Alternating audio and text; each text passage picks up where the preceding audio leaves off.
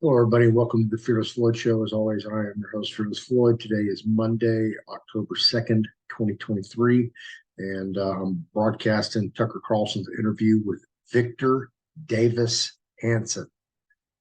It's a must listen to. So I'm going to play it for you guys. Normally I don't reproduce other people's material, so this is 100% Tucker Carlson. So give credit where credit's due.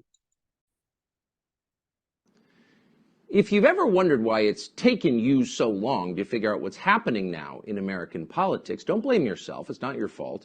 It's hard for most Americans to comprehend the total dishonesty of American liberalism. Virtually nothing the liberal says is true. And the lies are not ordinary lies. The lies are so brazen, so aggressive and unending that it's difficult for a normal person to understand what's happening. 30 years ago, for example, liberals began to lecture us, softly at first and then in an increasingly high volume, about tolerance. How could you have known then that they planned, in fact, to usher in the most intolerant age in American history? They've done that now, but few people saw it coming. We shouldn't make the same mistake again. Liberals are now telling us they plan to protect American democracy, and that's the clearest possible sign that they intend to end it. 13 months from this week, the United States will hold a national election. In a democracy, citizens can vote for the candidate of their choice. That's not just a feature, it's the defining fact of the electoral system. The people rule. They can send anyone they want to Washington because they're in charge. But this year, in the name of protecting democracy, liberals have decided to strip Donald Trump's name from the ballot in states across the country. Trump is the front runner in the presidential race.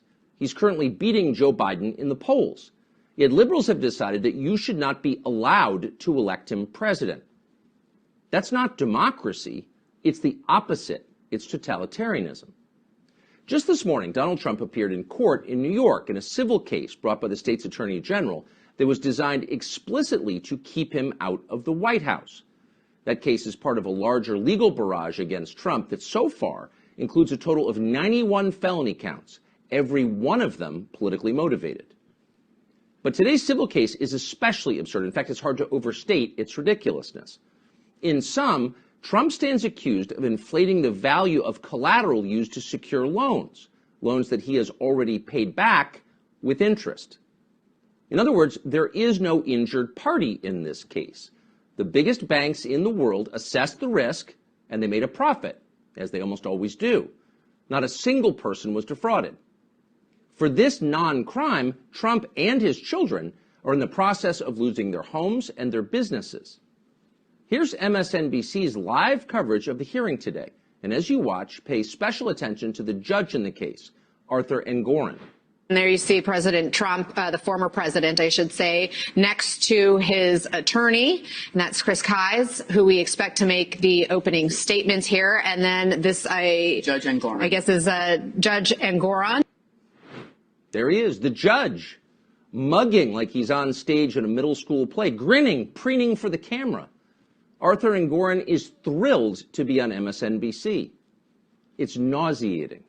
This is not a legal proceeding. This is a grotesque parody of the system that our forefathers created, the fairest in the world, that in the years since has been seized by power worshippers like Arthur Engoron. This is a dangerous moment. Without a legitimate legal system, people will no longer follow the law, and the country will collapse. This is not about Trump. This is about preserving the United States of America. But Trump is at the center of the story. And so today, for an overview of what exactly the strategy to prevent Trump from running for president and to end our current system, we turn to Victor Davis Hanson, who joins us now. Professor, thank you very much for joining us. Thank you for having me, Tucker. Before we get into the details of the legal assault on Trump, which in my view isn't really about Trump, tell us what you think is at stake here. What's the overview? Well, I think they've come to the conclusion that Trump represented an existential threat, and by association, half the country did, to their vision of what they want to transform us into. And so they feel that any means necessary are justified by their noble spiritual ends. And therefore, they call it critical legal theory. Just essentially, Tucker says there's rules against stealing only because rich people don't steal, and therefore it's okay to steal. And modern monetary theory says print as much money, and eventually rich people will have to pay higher taxes or have their 401ks appropriated. Same thing with the border. Short term, everybody's mad at the border, but in dark rooms, they're saying to each other, in 10 years, everybody's going to appreciate what we did. We brought in 10 to 15 million new constituents. So, and I guess to put it all together, they feel that they're at a stage now where their agenda does not appeal to 51% of the people, and they either have to bring in new constituencies or change the system, the entire system of which we are acculturated to retain power, and that's what they're willing to do. And there's no such thing anymore as theft or lies or any of these things, because they're just constructs, and they're just anything that's useful to gain power is considered legitimate, and anything that's not useful is illegitimate, and that's how they define morality. And I think we're very naive, Tucker. We don't realize that we're in the middle of a revolution. We think that we're still playing within the same sidelines or parameters, and it's not. Everything's under negotiation, whether it's the Senate filibuster, the Electoral College, new states coming in, the size of the Supreme Court, voting IDs, the genders, the foundational data of the United States, pronoun usage, from the trivial to the existential. We're in the middle of a cultural, economic, political revolution, and I think we got to wake up. I mean, I suppose the danger is that if the average person decides that the system is illegitimate, it's not fair, it doesn't have any meaning beyond the political desires of the people administering it, then what prevents the average person from resorting to violence? In other words, if you have no power, if your vote means nothing, if the system is BS, then why don't you take up arms? Seriously. Well, two things I think have precluded that so far. One is, I call it the monastery of the mind. A lot of people just say, you know what, I'm checking out. I don't want to watch the Oscars. I don't even know what the Tonys or Emmys are. I don't watch the NBA. I have nothing to do with Hollywood movies. I've just created my own reality. And the other is, under our federal system, we're having millions of people. This is the greatest exodus diaspora we've ever seen in our history, where people are fleeing these blue states and blue cities to red states, and they feel that I'm going to recreate America as I once understood it without having anything to do. And so far, that's kept us sort of viable, but for them, that's not enough. It's never enough to have 2 million illegal entrants or 3 million. They got to have 8 or 9 or 10. It's not enough that Joe Biden is corrupt. It's not enough that he's non-compos mentis. It's not enough that his agenda doesn't make sense. You've got to accept more and more of him.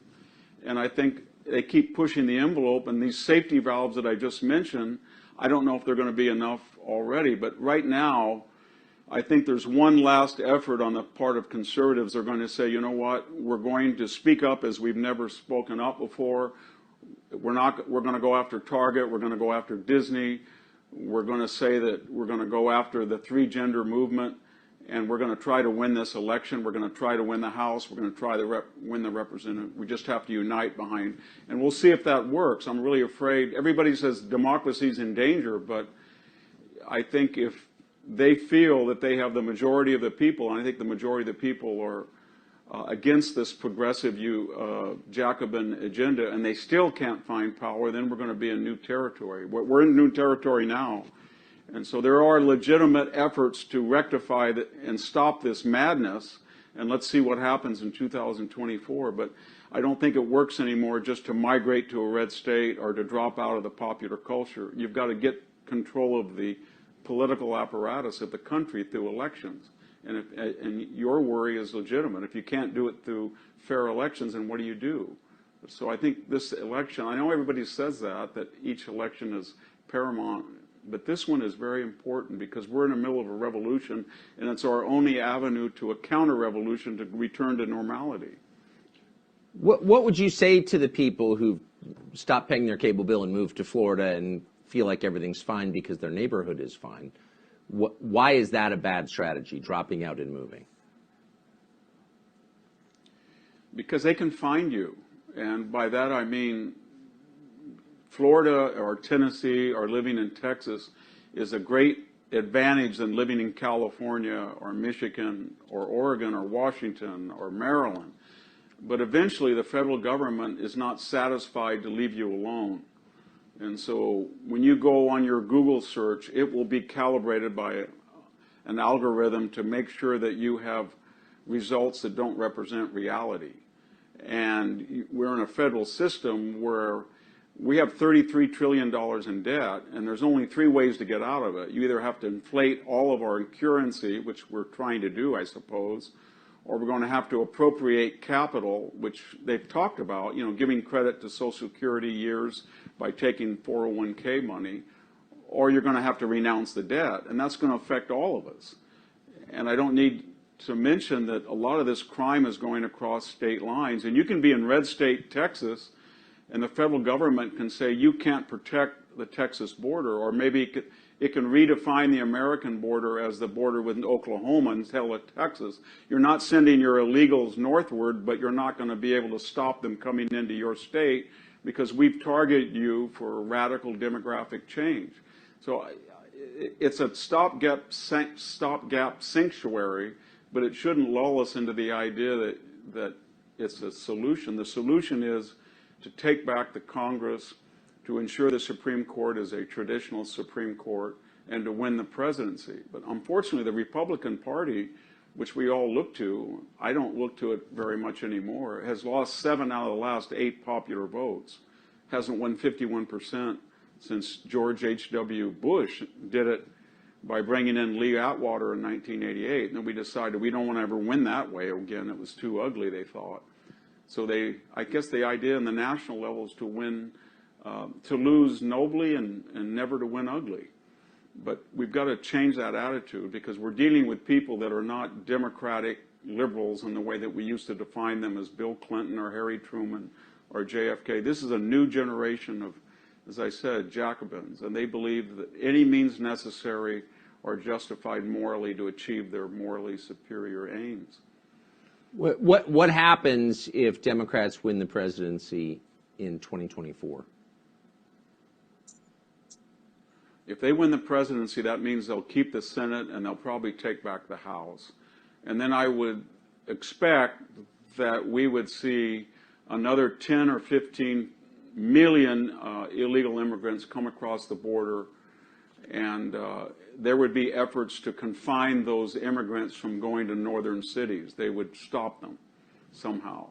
I would assume that we would probably have advisors in Ukraine, and that would be charitable. I think people really do want to intervene in Ukraine with U.S. manpower.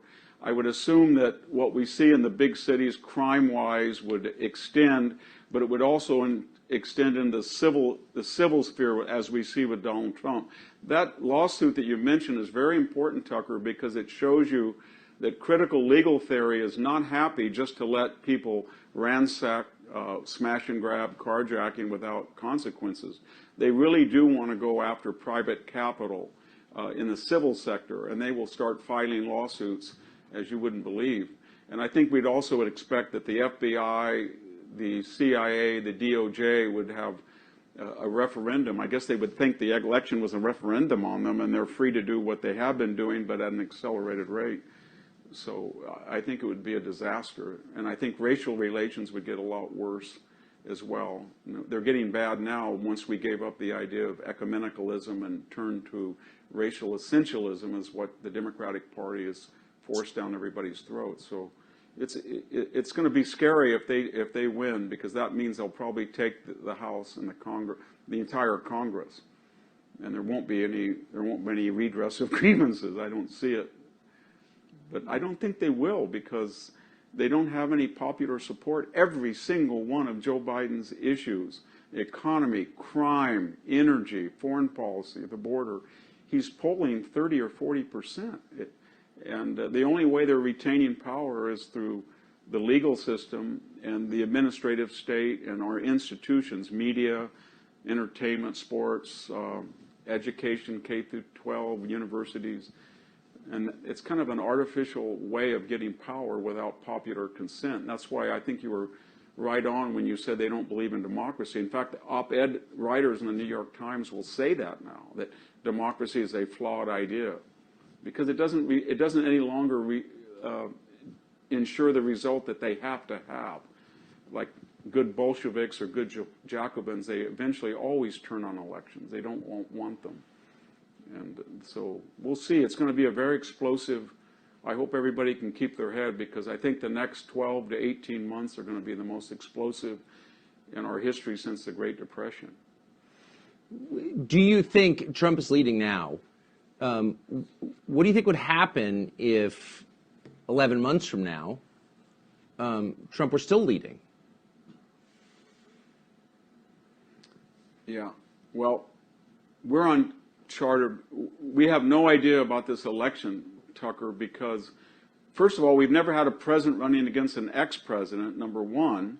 Number two, we've never had an incumbent president that is utterly corrupt, like Joe Biden, and has lost all of his, or most of his, cognitive facilities and is very unpopular. And yet we've never had a challenger who has been the victim of lawfare and is facing 91 indictments. And every time people say they wouldn't dare do this. Fannie Willis wouldn't dare. Letitia James is just an absurd prosecutor. She wouldn't dare. Alvin Bragg is a buffoon. He wouldn't dare. Jack Smith is a partisan. Every time people say that, they do. And so I don't know if there's a strategy to keep Donald Trump either out of a gag order or out of confinement at Mar-a-Lago or out of jail. So you can see where we're headed to, where Joe Biden isn't really a viable president anymore. He's a construct. He's being used by the hard left, by the Obamas and the Elizabeth Warren, Bernie Sanders squad wing of the Democratic Party. And it's getting to the point of caricature. So you put all of those things together and add in a Kamala Harris that frightens everybody, because we've never had such an incompetent vice president, I think, and one so unfit to be president. And everything, all bets are off. It's like putting a group, all sorts of ingredients of explosive into a kind of device, and it's going to blow up, I think, somehow. But I don't think we can predict what's going to happen. It's just too volatile. I think the left feels that they want to push the envelope. They want to take the leading Republican candidate and they want to create charges against him, which they know they would have never lodged had he just said, I don't want to run for president. They would have let him alone. So these are patently political, and they want to destroy him psychologically, financially, and of course politically. And they think they can get away with it without a pushback, and we'll see. And so I think the other candidates are going to be, I don't know what their line should be, Tucker, but I think it should be, if you want to vote for me, I am going to be viable, and I'm going to make sure that they never do to Donald Trump what they're doing now, and I'm in a better position to help Trump than he is. That's the only, I think, legitimate argument to make, that this involves everybody. And if you're going to run for president and you feel that you embrace the MAGA agenda, you should say that I will not be in jail. I won't be exposed to the same degree. And if I can survive, I will change the system and make sure Donald Trump is exonerated and no one else has to face this. But otherwise, it's going to be a very complex, bizarre, baffling period. I don't think the founders had, this is their worst nightmare, 2023-24. I don't even think you'd have to support Trump's agenda or Trump the man to see this as an assault on a centuries-old system that's worked better than any other. And I wonder why almost nobody in Washington seems to see that or be willing to say it out loud. Yeah, the only question I have about that is I don't know why they did not go to the same extremes. They did go to extremes against McCain and Romney, etc. But there was something about Trump his personality that was an affront to the bicoastal standard of, I don't know, what they thought was acceptable or desirable, or it was his agenda. When they looked at the particular MAGA agenda and they said, my God, we have sizable investments in China and they are a partner. They're not an existential threat. This is really scary. Or we have this idea of global ecumenicalism. We can't have a border anymore, and this guy wants to bring back a border. Or we have this idea that how we look or our race is essential, not incidental to who we are. And he would want to bring back this crazy melting pot and destroy the entire woke movement. So I think it did represent to them a DEFCON 1, and they said, we can't have this. And it would have been all right, Tucker, had he been a third-party Ross Perot. They dealt with people like that in the past, and they'd already been able to handle them. But he won the Republican nomination, got elected, and now he wants to be back. And they just said, we're going to do everything possible, and we're going to even reject our prior democratic liberal heritage of, ACLU, free speech, and transparency, and the church committee investing. All of that's off the table. We don't want to do any of that anymore. We're going to do anything necessary to destroy this guy's vision and the other candidates who share his vision. Because if we don't, we're going to go back to an America that we didn't like when it was there, we don't like now, and we sure as hell don't want it to be an America in the future like that. I think even people who are skeptical of the claim that the last election was unfair or rigged have concluded that it was in fact unfair, and the federal agencies got involved in a partisan way. It was not a free and fair election. Given that that system is still in place, you think it's possible for a Republican or Trump specifically to get elected in 2024? It's very difficult. What the left did was absolutely brilliant, Tucker. They seized on this Sidney Powell, Lynn Wood, Kraken, Dominion voting machines as representative of all of the questions about the election, when most people said the election was lost on by the time we got to Election Day. Yeah. Because 70% of the voters had voted not on Election Day, and that never happened in American history. It was always 30% absentees, 70% in most states on Election Day. But they systematically used COVID as an excuse and went into about 9 states and changed the voting laws. And I mean by that the error rate for mail-in ballots dropped exponentially as the rejection rate did, as they were swarmed by them. And they were bragging about it. Mark Zuckerberg was bragging about spending $419 million to absorb the work of precinct workers in key states. Molly Ball, as you remember in that Time essay, just gushed about how they had outsmarted these stupid conservatives, and they had coordinated the Chamber of Commerce, the street people, Antifa, et cetera, to modulate the demonstrations and to suppress free speech. And, when Twitter is being controlled by the FBI to the tune of $3 million being paid off for their own contractors to suppress streets, or Google is manipulating searches and ads and everything, that's what destroyed the viability of a fair election. It was done before Election Day, and we were all asleep, or some of us, I know you were yelling about it, I was trying to yell about it, but we couldn't get through to anybody that they would be that audacious or that successful. Nobody thought they were capable of that, and yet they were. So why have Republicans in Washington done nothing meaningful to fix any of that? I think the traditional answer to that is probably accurate, that there's a culture that is created, and it's kind of a lose nobly, avoid winning ugly, profit both financially and psychologically, the status quo, and they feel that their own constituents, some of the Republican constituents, are kind of out there and an embarrassment to the type of culture and environment that that they operate in Washington. And so the sense is, I'm not going to be too affected by the left-wing takeover, because I know I can make the necessary adjustments in a way that my constituents can't. And so I think there's sometimes in the case of somebody like Mitch McConnell, it can be overt, but in other cases, it's pretty clear as well. And that's been going on for a long time. And the problem we're having now is that you need leaders who are trying to tell people we are in a Jacobin takeover of this country, and the old get along at any cost does not work. And I don't think people want that disruption in their comfortable lives in Washington. I mean, if you say to somebody in the Republican establishment, you've got to break up the FBI, you've got to take the headquarters and put it in Kansas City and farm out the divisions to other cabinet posts to prevent that concentration of really dangerous power. You've got to do something with the CIA. You've got to do something with the DOJ. We've got to have massive legal reforms. I don't think they're up to that. I really don't. I don't think they're up to being trashed in the Washington Post or the New York Times, or not being invited to a particular guest spot on a network news, or being shunned by NPR and PBS. They're just not up to that, or having their books trashed by book reviewers on the left. They don't want that.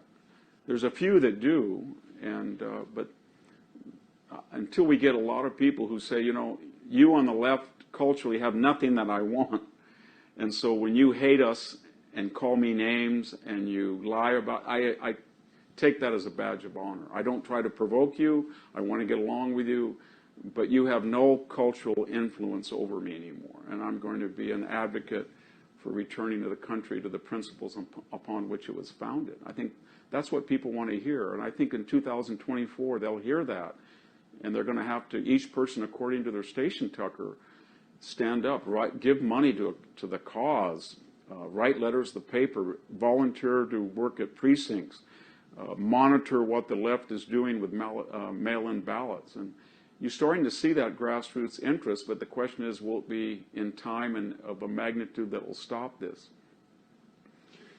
So, to the hearing today in New York, the civil case against Trump, my read of it is that it's ridiculous. The premise is absurd. Am I missing something? Is there any merit, do you think, just as objectively as you can, to this suit?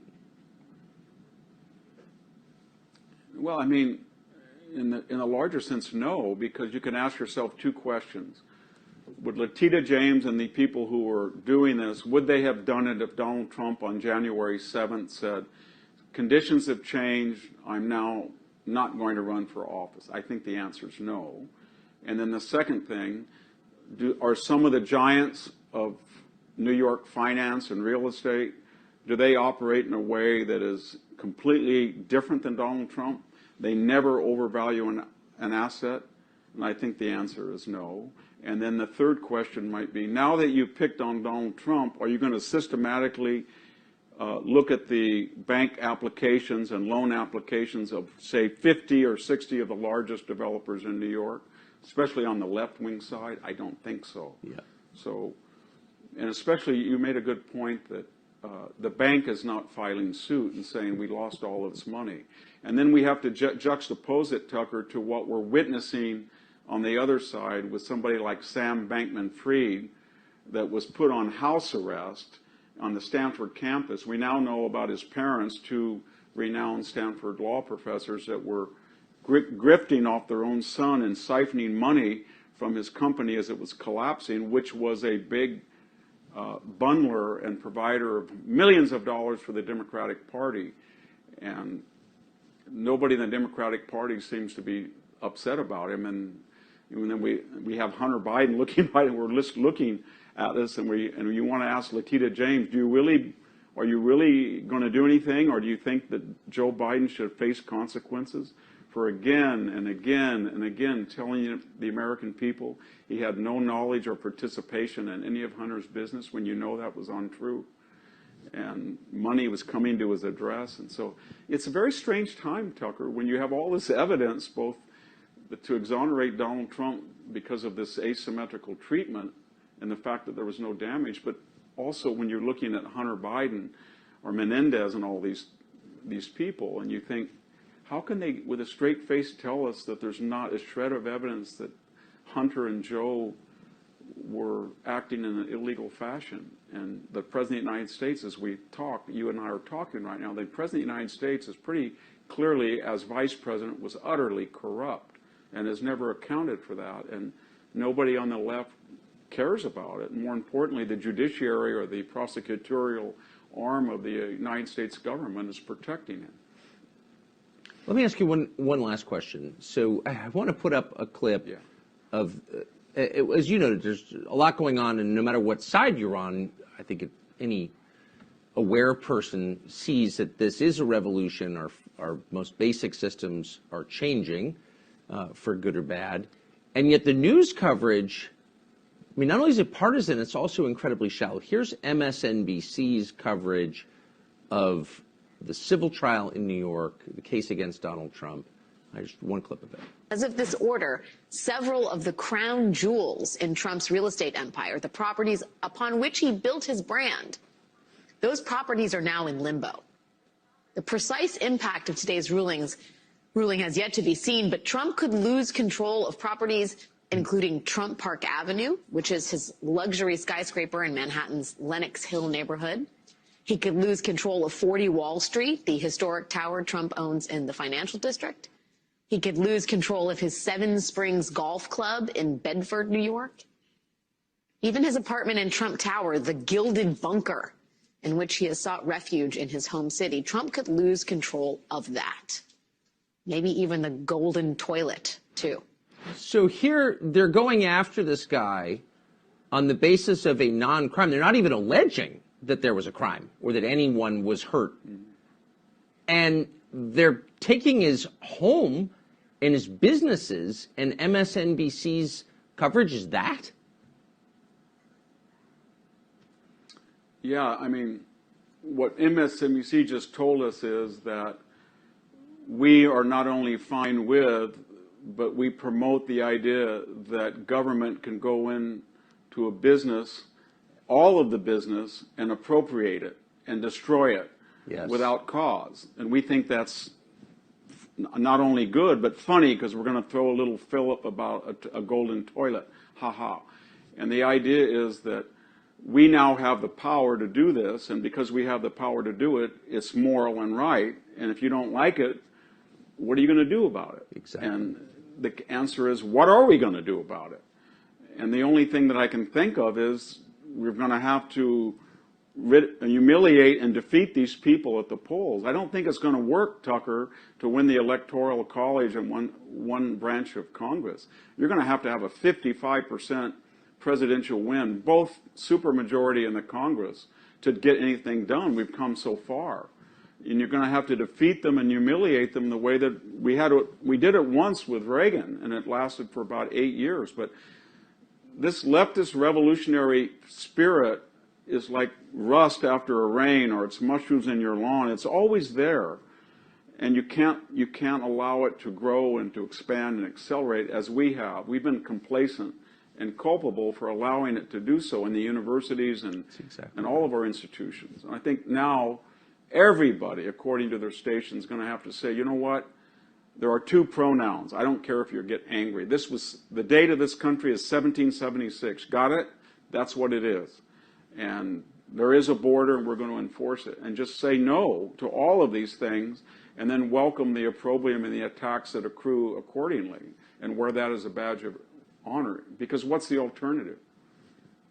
There is no alternative unless you want to see the United States dissipate before your very eyes. Yes. Yeah. And living in Naples with no TV will not save you. That is exactly right. The incomparable Victor Davis Hanson, thank you. No. Bless you for that. Thank you very much. Thank you.